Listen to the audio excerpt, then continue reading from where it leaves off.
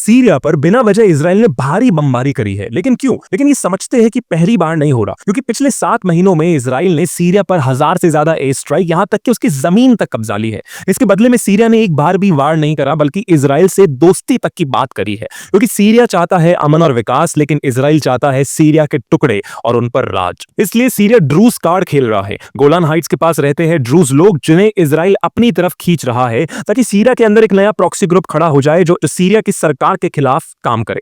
इसलिए ड्रूज को बचाने का नाटक चला के इसराइल अल शरा सरकार पर हमेशा प्रेशर बनाए रखना चाहती है। सदर्न सीरिया में बफर जोन बनाकर इसराइल चाहता है कि सीरिया कभी भी एक देश नहीं हो, क्योंकि यूनाइटेड सीरिया से उसे खतरा है, वो चिढ़ता है। ऊपर से तुर्की को भी खत्म करने की साजिश है, क्योंकि अल शरा एचटीएस से लिंक्ड है, जिसे टर्की खुलेआम सपोर्ट करता है। इसराइल टर्की के प्रॉक्सी इन्फ्लुएंस को सीरिया में खत्म करना चाहता है, और इसलिए ये बमबारी। इसके बावजूद सीरिया के प्रेसिडेंट अल शरा ने कहा कि ड्रूज सीरिया का हिस्सा है, हमारा सबसे बड़ा हथियार यूनिटी है और उनकी राइट्स प्रोटेक्ट करी जाएगी। बल्कि इसराइल तो इंटरनल डिवीजन पैदा करके एक नए युद्ध की तरफ सीरिया को धकेलना चाह रहा है। हम जंग नहीं चाहते, पर अगर मजबूर किया गया तो हम भी तैयार हैं। तो बड़ा सवाल यह है कि क्या इसराइल अपनी दहशतगर्दी से बाज आएगा या पूरे मिडिल ईस्ट को फिर से आग में झोंक देगा? और हाँ, चैनल को सब्सक्राइब करना मत भूलें।